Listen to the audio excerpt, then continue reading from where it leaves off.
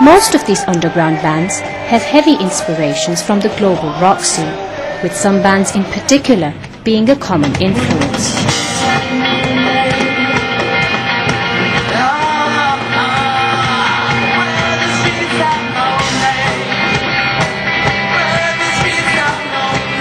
Bands in the Lahore underground are criticized for a lack of originality and fabricating a pseudo-culture which has no relevance to the society they inhabit. They are labelled as mere followers of Western music ideology. Many of these bands prefer doing covers instead of creating music of their own. Originality is another factor. A lot of the bands here prefer to sing in English because they believe it's a more better means of expressing yourself. I mean, throughout the world, because we usually don't look at Pakistan as our market to sell, but unfortunately, because we are not allowed to sing in English over here, because you won't ever get a sponsor if you sing in English.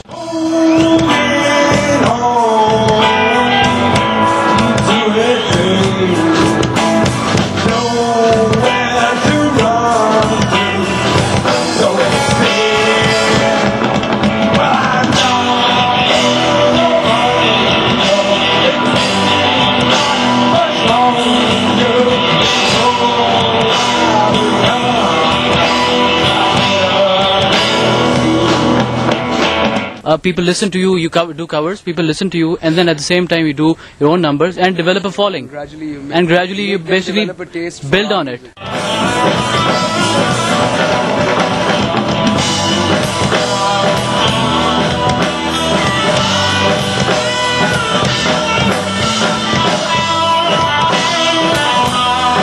The initial influences or initial inspirations, the music that we've listened to, that was in English.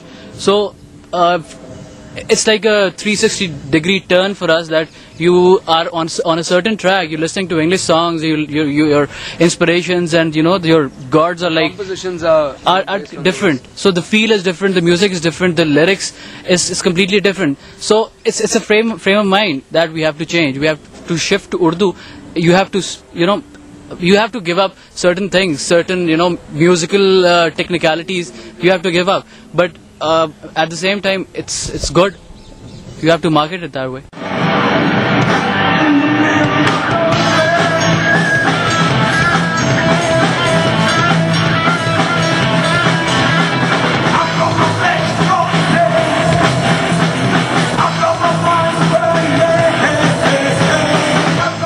Okay, bands of influence. All of us have different influences. I mean, all of us. Okay. Yeah. He is totally into he's totally into the 70s music.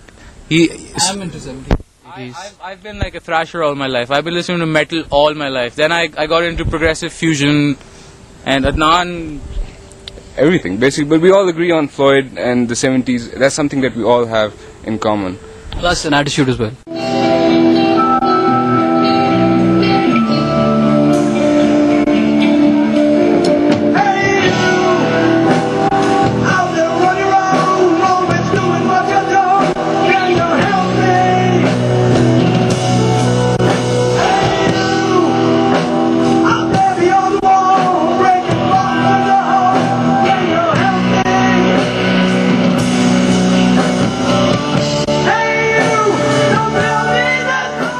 They sing about Margaret Thatcher. Obviously, that's just a reference point. It's just this. Can't pick up one thing from all of It's actually inspiration. It's the thought process. It's the principles. They use Margaret Thatcher as it's a symbolic thing.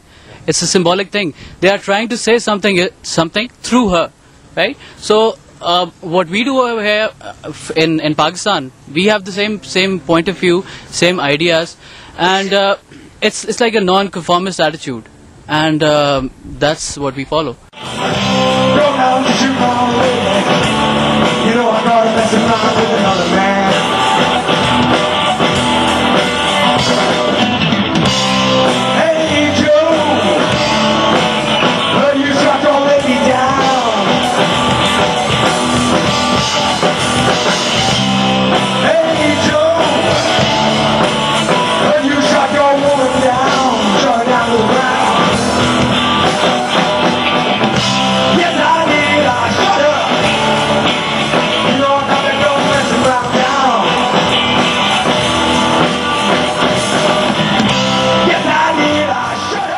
97 was when we released, in fact, I think we were the first underground rock bands in Pakistan that actually released the first 6-song album, EP. And then Kain followed after that. And, and we had to do it, we had to sell it on our own. We had to market the album on our own because nobody was going to pick up an English album. But all 6 numbers were all original numbers of ours. All over the world, underground bands reflect strong socio-political aspects in their music. The Lahore Underground clearly lacks political motivation and themes of social concern. Yes, I think underground bands can bring about a social change. If you look about 15 years back, bands like Megadeth, Iron Maiden, Judas Priest, Black Sabbath, Led Zeppelin, the list goes on and on. They influence the further generations to come to, sort of make their own music, make their own changes, and sort of vent their views out through music itself. So, but it also depends how you take the music. I mean, if you look at black metal bands and stuff like that, people would say that the message they're trying to get across is negative. It depends how you look at the music and how deeply you take the meaning of the music itself. It's all about your perception.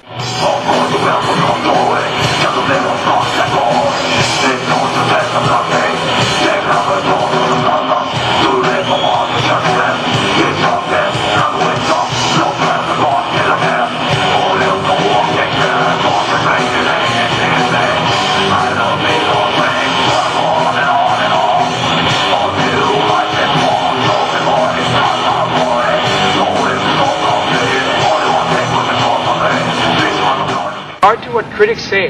There is a lot of message. There is a lot of message in metal music. If you listen to music from Sepultura, even 6 Feet Under, it has a lot to do with corrupt dictatorship and corrupt rule.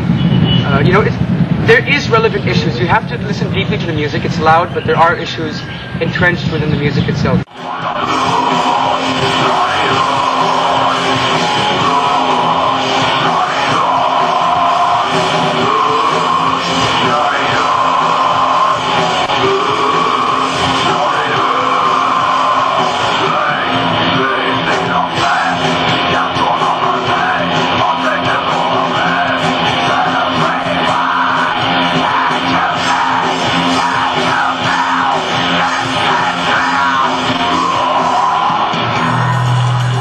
As elsewhere, bands in the Lahore Underground are also accused of instigating young people towards drugs.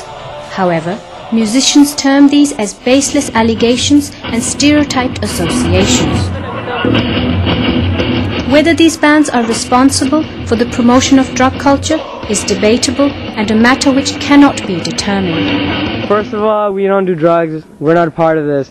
But as in Lahore, at least, the junkie culture, drug culture is extremely rampant, very strong, and everybody's doing it, and you can't deny it. It's true, and it's very out in the open. At concerts, it's everywhere. You can't deny it, and you can't really lie about it. You can't say it doesn't happen because it does. And about rock bands promoting it, not here. In Pakistan, I mean, mostly bands are playing covers and they don't promote it. I mean, themselves are doing it. You can't deny that. But in their music, at least, they don't send I don't think that they send messages like that in their music. They do it themselves, and maybe people do it because they want to be cool, the guitarist of, that band or this band. But they don't, nobody openly says, yeah, we do drugs and, you should do drugs like us. I mean, it happens. Everybody's into it, but, you don't really talk about it like that. No.